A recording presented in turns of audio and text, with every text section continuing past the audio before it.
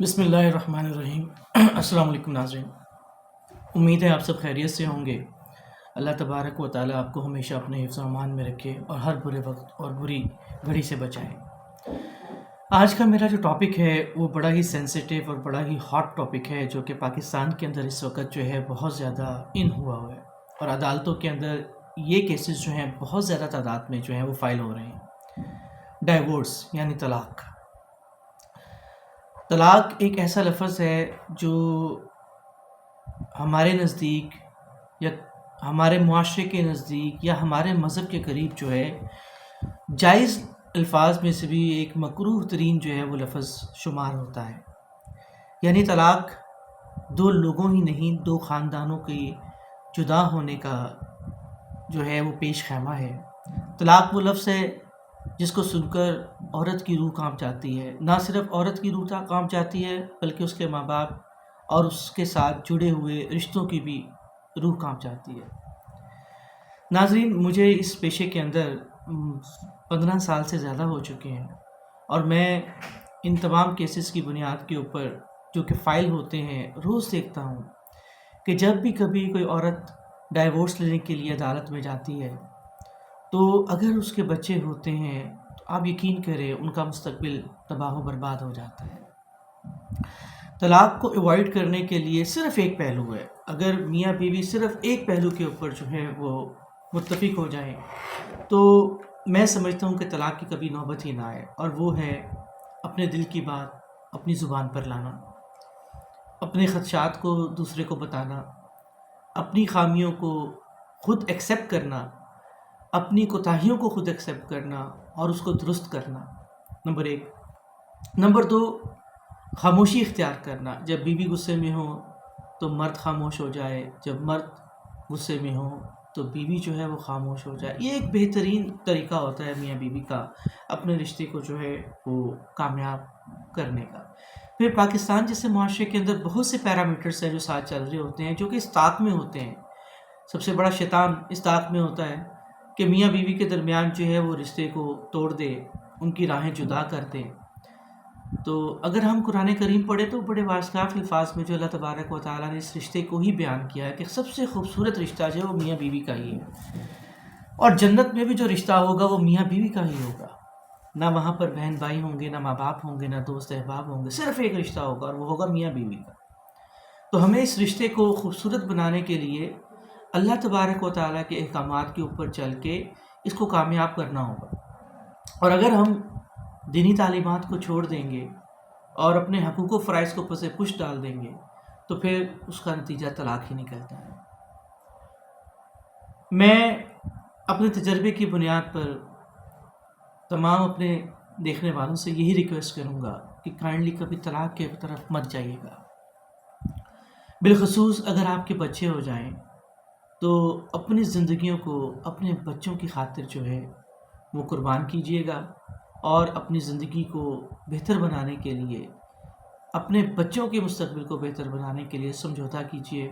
وقت کے ساتھ ساتھ انشاءاللہ اللہ تبارک و تعالیٰ تمام معاملات کو ٹھیک کر دے گا، اور آپ دیکھیں گے کہ آپ میں محبت و چاہت پیدا ہو جائے گی اور آپ اس طلاق سے بھی بچ جائیں گے۔ لیکن اگر آپ طلاق کی طرف چلے گئے تو نہ صرف آپ کی زندگیاں تباہ و برباد ہو جائیں گی بلکہ آپ کے آنے والے بچوں کی جو مستقبل ہے وہ بھی خراب ہو جائے گا۔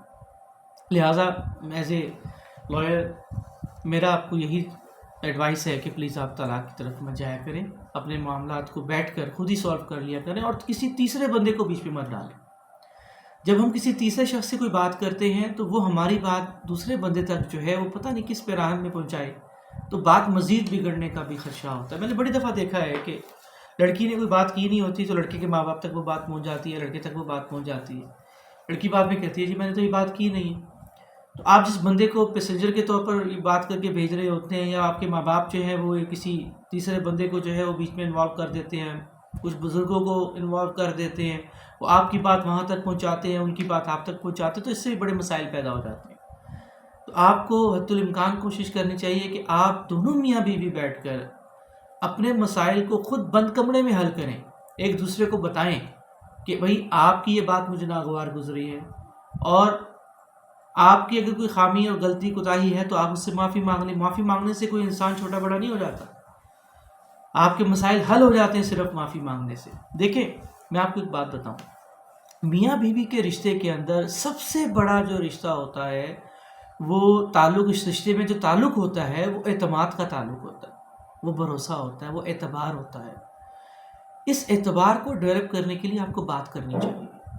بات نہیں کریں گے تو مسائل دل میں پنپنے لگ جائیں گے, دل کے اندر کدورتیں بڑھتی جاتی ہیں. اس لیے اپنے دل کی بات کہہ دینی چاہیے, دل میں نہیں رکھنی چاہیے. عورتیں خاص طور پر دل میں بات رکھتی ہیں, کئی مرد بھی عورتوں سے بڑھ چکے ہیں, وہ بھی دلوں میں بات رکھتے ہیں. لیکن جب یہ باتیں دلوں میں رہتی ہیں تو پھر یہ ایک بہت بڑا لاوا بن جاتی ہیں, اور لاوا بن کے پھٹتی ہیں جب, تو پھر رشتے ہی تباہ نہیں ہوتے, پورے خاندان تباہ ہو جاتے ہیں.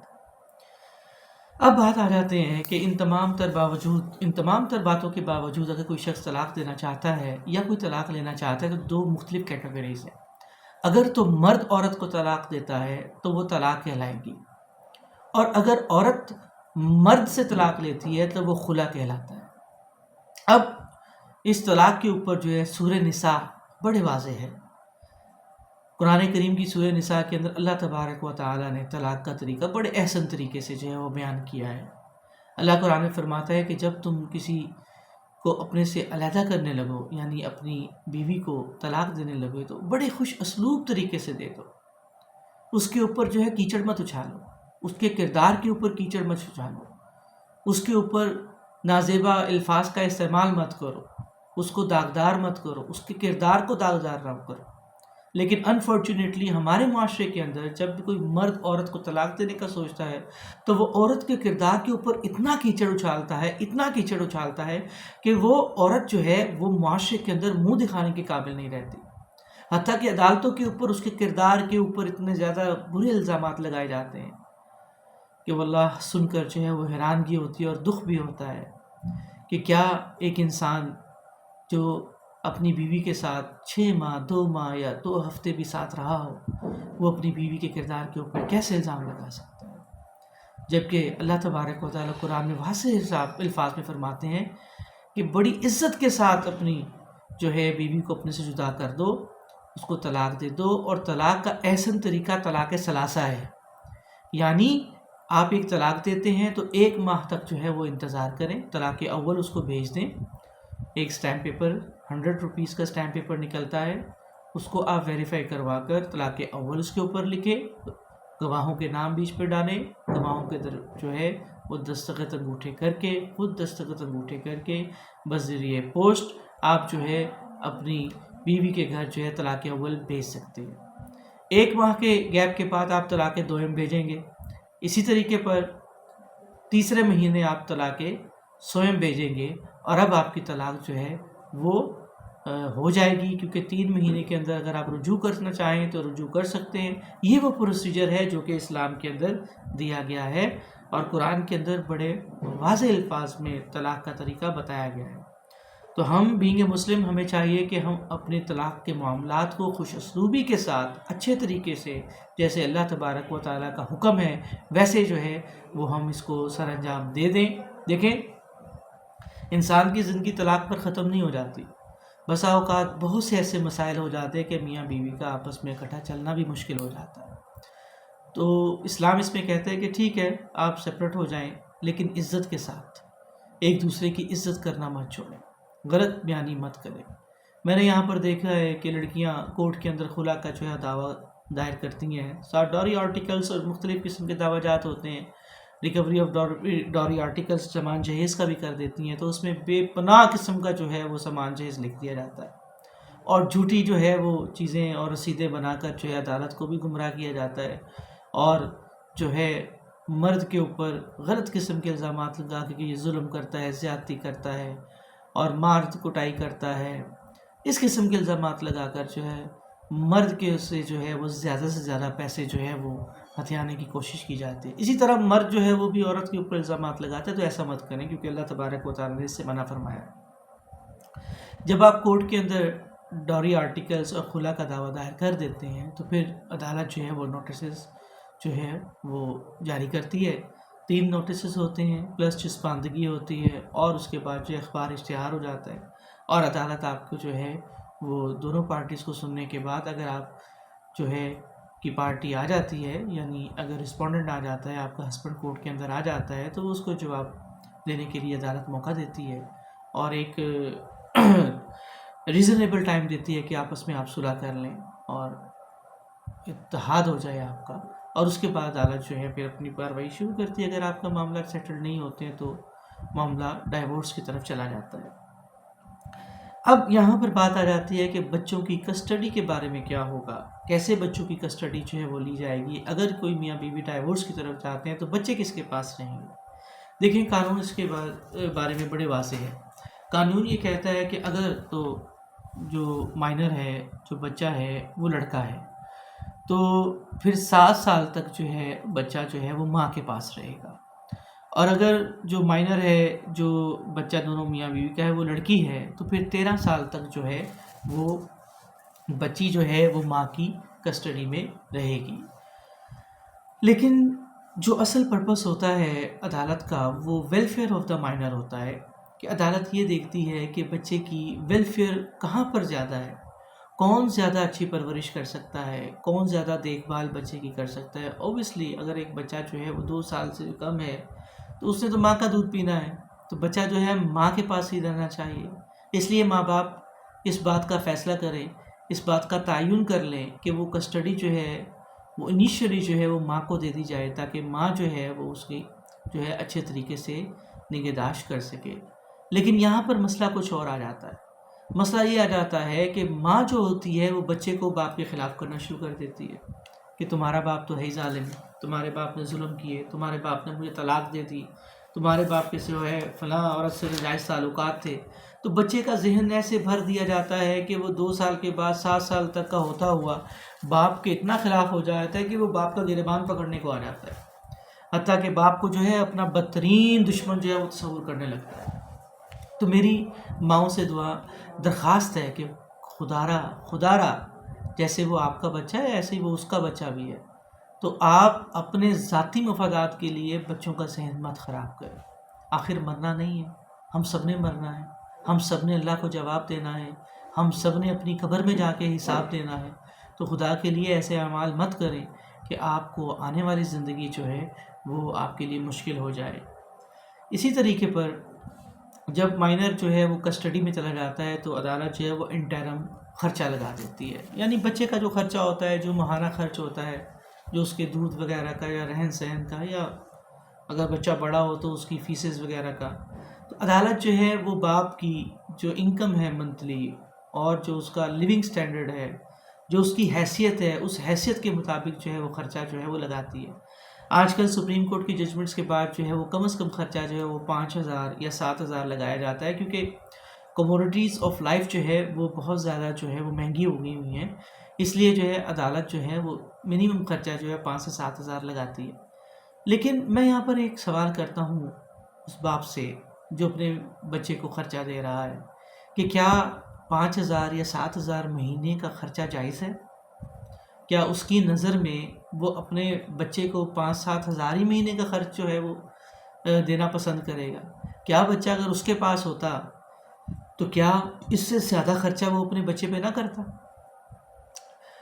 اب ہم صرف اس بنیاد پر کہ کیونکہ کسٹڈی میرے پاس نہیں ہے، بچہ ماں کے پاس ہے، تو جناب ماں جو ہے وہ پیسے کھا جائے گی۔ تو بھائی کیسے کھا جائے گی؟ دیکھ بھال بھی تو کر رہی ہے، وہ پال بھی تو رہی ہے، سنبھال بھی تو رہی ہے۔ اگر آپ 5 کی جگہ 10 15 20 ہزار دے دیں گے تو آپ نے کس کو دینے ہیں؟ آپ نے تو اپنے بچے کے نام کو دینے ہیں، آپ نے تو اپنے بچے کو دینے ہیں۔ تو آپ خدا کے لیے مرد حضرات یہ مت سوچا کریں کہ اگر وہ خرچہ پیسے زیادہ دیں گے تو یہ جو ہے وہ لڑکی جو ہے وہ خرچہ کرے گی، وہ کھائے گی، وہ اپنے بہن بھائیوں کو کھلائے گی۔ اور بھائی، اولاد سے آگے بہن بھائی ماں باپ نہیں ہوتے، یہ بات آپ سمجھ لیجئے۔ اولاد سے بڑھ کے کوئی چیز نہیں ہوتی ماں کے لیے، نہ ہی باپ کے لیے۔ تو یہ اگر ماں اپنے بچے سے بڑھ کر کسی کو چاہے تو یہ ہو ہی نہیں سکتا، کبھی بھی نہیں ہو سکتا۔ اس لیے آپ کو کھلے دل کے ساتھ بچے کو اچھا خرچہ دینا چاہیے، اور بلکہ جب ملاقات پہ جائیں تو بچے کے لیے پیسے لے کر جائیں، نقد اس کو دیں تاکہ وہ اپنی ماں کو دے دے، اچھے کپڑے لے کر دیں، اس کو اچھی چیزیں لے کر دیں۔ ماں باپ جو ہیں بچے کو اپنی طرف کرنے کے لیے جو ہے وقتی طور پر اس سے محبت دلاتے ہیں، اور بھائی جھوٹی محبت ہے، یہ کس کو دھوکہ دینا چاہ رہے ہیں؟ اگر آپ کو محبت ہوتی ہے اپنے بچے سے تو بات طلاق تک آتی ہی نہ، طلاق تک نوبت ہی نہ آتی۔ اس لیے یہ سب ڈرامے بازیاں چھوڑ دیں، یہ سب ایک دوسرے کو نیچا دکھانے کے لیے ہوتا ہے۔ طلاق ہوتی ہی دوسرے کو نیچا دکھانے کے لیے کہ جناب میں بادشاہ ہوں۔ جب آپ بادشاہ بنیں گے تو پھر آپ ذلیل و رسوا بھی ہوں گے۔ بادشاہ بننے کے لیے فقیر ہونا بہت ضروری ہے۔ بادشاہ وہی کامیاب ہوتے ہیں جو فقیر بنتے ہیں، اکڑ سے، غرور سے کہ میں مرد ہوں، میں کماتا ہوں، میں پالتا ہوں۔ آپ نہیں پالتے، سوری ٹو سے، آپ کے بیوی بچوں کا رزق اللہ تبارک و تعالیٰ دیتا ہے۔ آپ کو کیا پتا کہ آپ کے بیوی بچوں کے نصیبوں کا آپ کو رزق مل رہا؟ اس لیے مہربانی فرمائیں اپنے اندر سے یہ اپنی گردن میں سے یہ سڑیاں نکالیں۔ جو ایک مرد کی گردن میں سریا آ جاتا ہے نا، جی میں کماتا ہوں تو میں گھر کو سنبھالتا ہوں، میں گھر کو چلاتا ہوں، آپ نہ گھر کو سنبھال سکتے ہیں، ایک دن عورت کی زندگی آپ نہیں گزار سکتے۔ میں آپ کو فیکٹ بتا رہا ہوں۔ اس لیے مہربانی فرما کر یہ غرور اپنا توڑ دیجئے، چھوڑ دیجئے، اور اپنے رشتوں کو بچا لیجئے۔ طلاق کی طرف مت جائیے، میں خدا را آپ سے پھر کہتا ہوں طلاق کی طرف مت جائیے۔ آپ کے پیسوں کا بھی ضیاع ہے، آپ کے وقت کا بھی ضیاع ہے۔ تھوڑے سے لمحے کے لیے برداشت جو ہے، تھوڑی سی برداشت آپ کو بہت بڑے مسائل سے بچا سکتی ہے، آپ کی عزت پامال ہونے سے بچا سکتی ہے۔ عدالتوں کا جو حال ہے وہ آپ کو میرے سے زیادہ پتہ ہے، میرے سے زیادہ آپ لوگ جانتے ہوں گے کہ ہماری عدالتیں جو ہیں وہ کس نہج پر پہنچ چکی ہیں۔ اس لیے میری آپ سے ریکویسٹ ہے کہ اس طرف مت جائیں، اپنے ماں باپ کے جو ہے پہلو میں بیٹھ کر ان کی دعائیں لے کر جو ہے اپنے مسائل کو حل کریں، اپنے فیصلے اپنے اوپر لاگو مت کریں، مسلط مت کریں، باہمی مشورے اور رضامندی کے ساتھ اپنے معاملات کو خوش اسلوبی کے ساتھ جو ہے اس کو حل کر لیں، اور خدا را ایک دوسرے کے اوپر کیچڑ مت اچھالیں۔ اپنے معاملات کو قرآن و سنت کے مطابق، قرآن بڑا واضح ہے، ہر ٹاپک کے اوپر قرآن نے تفصیل دی ہوئی ہے، صرف پڑھنے کی ضرورت ہے، ہم پڑھتے نہیں ہیں۔ اس لیے ہمیں چاہیے کہ ہم اپنی زندگیوں کو اللہ اور اس کے حبیب محمد مصطفیٰ صلی اللہ علیہ وآلہ وسلم کے طریقے پر چلائیں، اور انشاءاللہ دنیا اور آخرت میں کامیابی ہمارا قدم چومے گی، اور ہم ضرور کامیاب ہوں گے۔ اللہ ہم سب کو دنیا اور آخرت میں کامیابی دے دے، اور ہم سب کی خیر و برکت والی زندگیاں ہو جائیں، اللہ ہم سے راضی ہو جائے۔ السلام علیکم ورحمۃ اللہ وبرکاتہ۔